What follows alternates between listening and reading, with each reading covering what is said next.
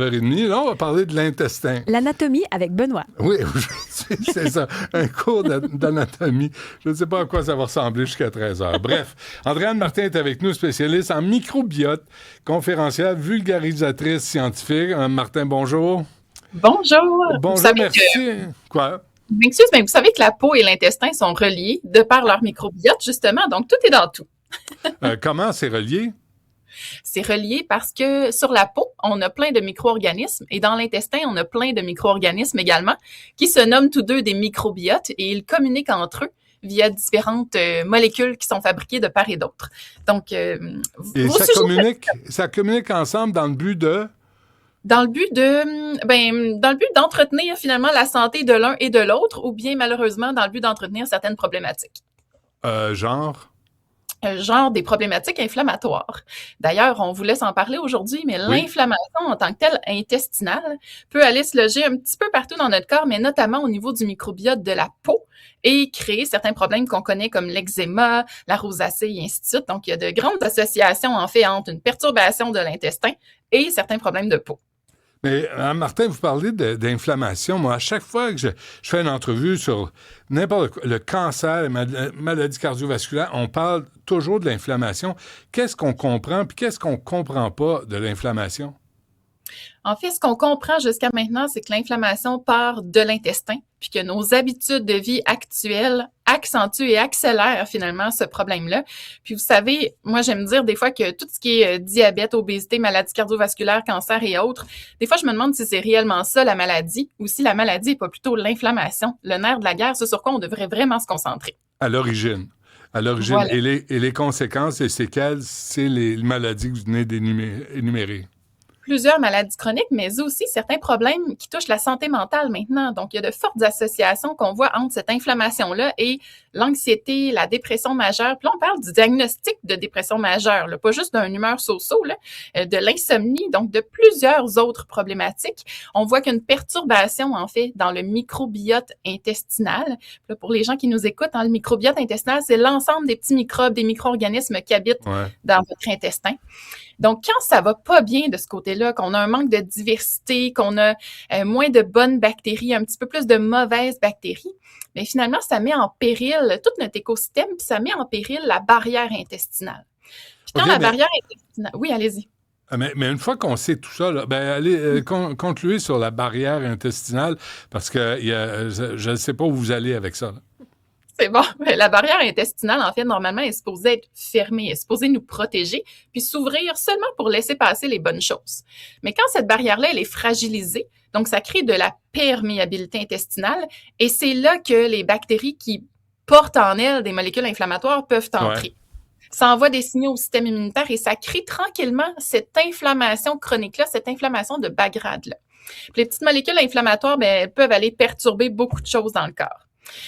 OK, mais là, une fois qu'on sait tout ça, Martin, là, on ne peut pas passer nos journées à manger du yogourt? Non, parce qu'on va perdre la diversité dans notre microbiote.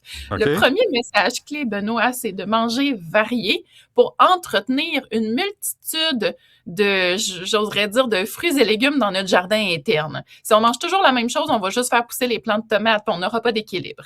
Mais si on mange varié, on va aller chercher vraiment tout plein de belles bactéries, tout plein de micro-organismes différents qui ont différents rôles et fonctions sur notre santé globale. OK, mais ce que vous dites là, moi, c'est comme si tu es végétarien, puis tu manges juste des graines, puis c'est pas mieux non plus. Ça prend un peu de viande. Est-ce qu'il faut... Quand vous dites varié, là, est-ce que ça va jusqu'au McDo, puis à la pizza, puis à manger de la cochonnerie de temps en temps? Malheureusement, non. En fait, ces aliments-là... Oui, je sais, c'est on revient au yogourt. Il y a quand même d'autres choses que le yogourt, je vous rassure. Mais en plus, là, le yogourt, ça dépend toujours lequel on choisit parce que c'est pas nécessairement le meilleur des aliments au monde si on le consomme avec une liste d'ingrédients hyper longue bourrée d'additifs et de sucre. Donc, encore une fois, tout dépend du choix qu'on fait. Ouais. Donc, c'est important de savoir qu'est-ce qu'on met dans notre corps puis avec quoi on se nourrit. Parce qu'on est littéralement fait de ce que l'on absorbe et de ce que l'on mange. Puis juste pour vous le prouver, là. Oui, allez-y. Juste pour vous le prouver, là, quand on parle notamment de santé mentale, tous les neurotransmetteurs qu'on produit, entre autres la sérotonine, qu'on associe beaucoup à l'état dépressif, là, pour fabriquer de la sérotonine, eh bien, ça nous prend une multitude de protéines qui vont contenir du tryptophane. Pour fabriquer votre neurotransmetteur, vous avez besoin de manger certaines choses. Comme quoi? Donc, protéines avec, dites-moi quoi au juste? Oui, protéines, effectivement. Donc, le fameux yogourt revient, mais le yogourt nature, version ski, avec, je vous rassure, avec peut-être un petit soupçon de sirop d'érable et de petits fruits, juste pour donner un bon goût. On est d'accord? Oui. Ensuite, des œufs. Donc, les œufs, c'est des protéines super belles, super intéressantes. Ensuite, on a complète, en fait. On a toute la gamme des légumineuses. Donc, même si on est végétarien, si on mange juste du soya, ça va pas bien. Mais si on mange l'entièreté des légumineuses, du soya, du tempeh et ainsi de suite, il n'y a pas de problème, on mange varié. Dans les protéines, on a la viande, volaille, poisson. Si on est capable d'aller vers les petits poissons qui sont de pêche durable, c'est toujours mieux. Pas trop de viande rouge, un peu de volaille. Donc, on va chercher cette belle variété-là. Ça nous permet d'aller chercher toutes nos protéines. Alors, le lien, Andréane Martin, avec l'intestin et la santé mentale, là, êtes-vous en train de me dire qu'on pourrait peut-être pas guérir, mais soulager des problèmes, des symptômes de santé mentale en mangeant mieux? En mangeant mieux, définitivement. On a de sources sûres dans la littérature le fast-food, tout ce qui est de sucre raffiné, des mauvais gras, beaucoup de sodium, toute cette catégorie-là, c'est corrélé. Donc, c'est plus qu'associé, là. C'est corrélé avec la dépression. Donc, de bien se nourrir, ça va nous apporter tous les nutriments clés essentiels à des fonctions cognitives adéquates. Okay. Non, mais les gens se demandent, là, présentement, là, vous dites ça, puis c'est comme pour vous, c'est un acquis. Moi, ce que je veux comprendre, c'est comment on fait le lien entre notre bide puis notre tête pour qu'on soit déprimé à cause de ce qu'on a mangé. Mm-hmm. Tout passe encore une fois par l'inflammation. Alors, je vous explique ça de façon simple. Admettons qu'on se nourrit mal. Donc, ce qui va se passer, puis se nourrir mal, là, c'est ne pas avoir de couleur dans l'assiette, manger brun, manger beaucoup d'aliments ultra transformés avec une longue liste d'ingrédients fast-food et ainsi de suite. Bon, quand on se nourrit de cette façon-là, notre microbiote, donc l'ensemble des micro-organismes dans notre intestin, va s'appauvrir. Donc, on va avoir moins de bonnes bactéries, on va avoir moins de diversité, finalement, au sein de notre population.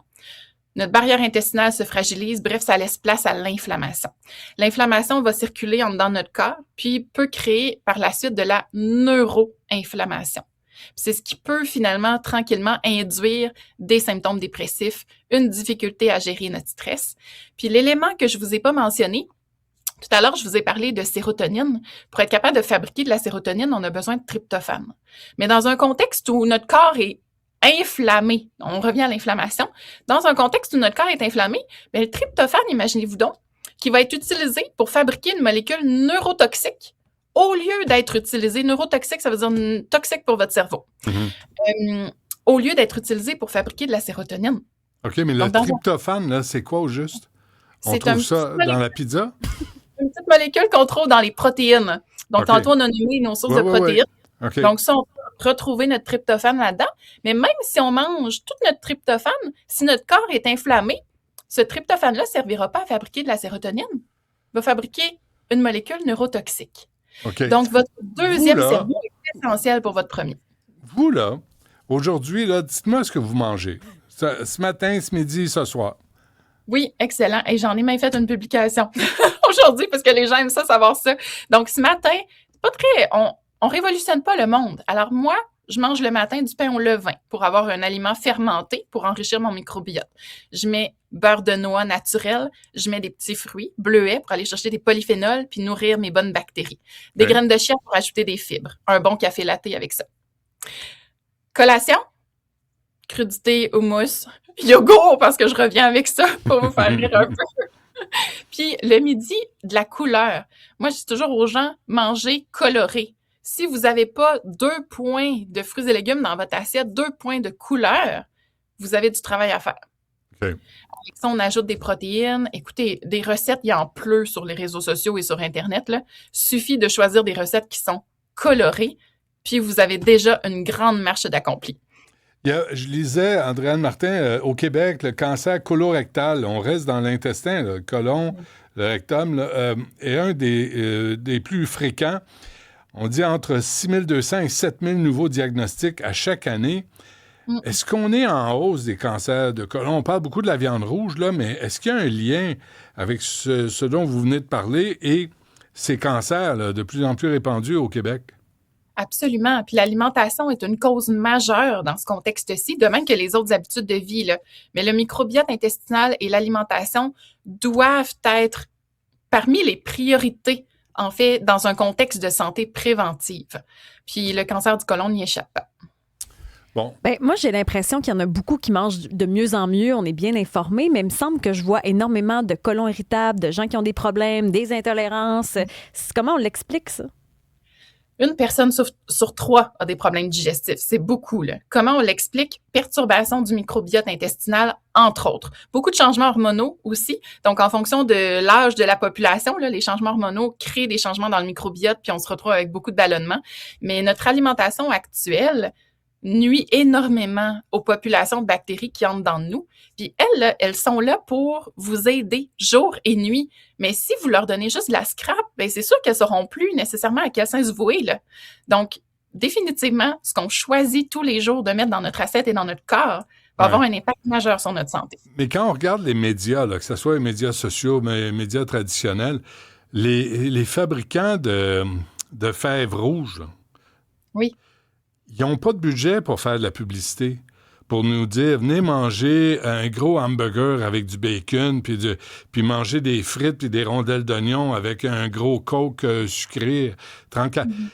C'est comme un combat perdu d'avance. En même temps, écoutez, j'ai l'impression que c'est un combat qu'on mène à plusieurs depuis 20 ans. Il y a des améliorations qui se font, mais je pense que c'est important effectivement que tous les acteurs du milieu s'y mettent. Je pense aussi que ça va passer par l'éducation. Puis, pourquoi par l'éducation? Non, mais on le sait, là. Ce que vous avez dit, là, tu sais, bien manger, les fèves, c'est pas bon. Qu'est-ce que tu veux faire? Tu sais, moi, j'haïs ça, puis ça fait péter, puis on haït ça. Fait que, tu sais, là, tu fais quoi face à ça? On le sait, mais on le fait pas. T'es entre deux rendez-vous, t'arrêtes, tu vas dans un fast-food, tu te pognes quelque chose à l'auto, puis il y en a pas de service à l'auto avec des végés pâtés, puis avec, tu sais, un repas qui a de l'allure. Oh mon Dieu, je suis d'accord. Il y en a, mais est-ce qu'on va vraiment faire 3 kilomètres de plus pour y aller? C'est là le problème. Parce que, tu sais, il faut que la motivation intrinsèque soit vraiment, vraiment importante pour faire le 3 kilomètres de plus. Puis c'est pour ça que je me dis, à un bon moment donné, ça va prendre un changement complet. Puis quand vous dites, on le sait, c'est tellement le genre de choses que je répète dans chaque conférence que je donne. Les gens le savent, mais ils comprennent pas nécessairement l'impact. Je suis certaine que si on pouvait se parler de l'impact direct et que les gens fassent comme « Oh mon Dieu, c'est comme ça que ça se passe en dedans de moi », on arriverait peut-être à avoir une motivation plus intéressante, puis d'avoir les outils aussi pour dire « Bon, ben, comment je peux intégrer ça simplement? » Mais au Québec, est-ce qu'on est pire qu'ailleurs? Je regarde, mettons, en Europe, les Français, l'alimentation. Il me semble que j'entends pas autant de troubles de digestion qu'au Québec. Non, 1 personne sur 2 en France a des problèmes digestifs. Alors, c'est pas nécessairement juste nous. Par contre, nous, on permet beaucoup plus d'additifs alimentaires que l'Europe le permet. Ils sont un petit peu plus avant-gardistes de ce côté-là. J'espère qu'un jour, on resserrera un petit peu plus nos barrières parce qu'on peut pas être, des consommateurs que nous sommes, on peut être un petit peu plus avertis, se renseigner davantage, mais vous l'avez mentionné, on manque de temps à un moment donné pour tout savoir. Puis même nous qui sommes dans le bain, il y a des fois des additifs qui sortent que je me dis, attends un peu, là, ça mange quoi en hiver? Donc, je fais mes recherches, mais c'est pas tout le monde qui a le temps de le faire. Donc, à un bon moment donné, il faut que les autorités nous aident aussi en tant que consommateurs à y voir plus clair. Mais non, mais là, les gouvernements vont pas commencer à nous dire quoi manger. On ne sera pas rendu là. Mais c'est fou comment on va vers la facilité. Aussi, le prix des aliments qui ont explosé, les aliments sains, ça a explosé. Puis là, tu regardes les pizzas déjà congelées à 2,99. Là, tu dis, je n'achète 2, puis tout le monde est nourri. C'est de la merde, c'est pas bon, mais on va l'acheter parce que c'est pas cher. Oui, puis il n'y a pas d'aliments là-dedans. Hein. Il n'y a pas d'aliments entiers. Là. C'est une liste d'ingrédients d'affaires refaites. Là. Mais en même temps, manger santé, est-ce que c'est toujours plus cher? Parfois, je suis pas certaine. C'est un mythe qu'on entretient beaucoup. Puis quand on est capable de faire les changements et les substitutions adéquates, on est bien. Puis Benoît, j'aurais envie de vous poser la question, pourquoi les gouvernements pourraient pas nous dire quoi manger? Parce qu'on dirait que les gens le font pas. Alors, il va bien falloir que quelqu'un leur prenne la main. Qu'est-ce que vous en dites? Mais moi, je regarde certains ministres au gouvernement, puis je me dis, ils devraient commencer par eux-mêmes, commencer à changer leur alimentation, ils viendront nous donner des conseils par la suite. Oui, Ouais, Au fait, c'est que Santé Canada autorise des affaires qu'ailleurs, c'est pas accepté. Il y a des affaires aussi où on n'est pas assez sévère. Là. On a un petit doute là, sur Santé Canada. Où on est fragile, puis on est momoune de l'intestin. Penses-tu? Ça se peut-tu? Parce que quand il fait fret de même, là, sortez-moi pas vos recettes. Moi, je veux du chaud, je veux du gras, je veux du sucre, je veux du salé. C'est ça notre problème La aussi. soupe, mettre du sel dedans. Oui. Ben oui, une bonne soupe repas, un bon chili. Oui. Tout ça, c'est possible, c'est plein de couleurs. C'est bon pour le microbiote. Pas d'additifs. C'est bon. Parfait. Un gros merci, Andréane Martin, pour ces conseils. Regardez, il y a une petite affiche sur votre bureau là, qui dit quoi à votre gauche? Have a nice poop. Have a nice poop. C'est important, ça. Ça, c'est comme ça vous finissez la journée ou une rencontre? Oui, exactement. Parce que quand le caca va, tout va. Have a nice poop. Parfait. Merci. À la prochaine. Salut. Merci. Au revoir.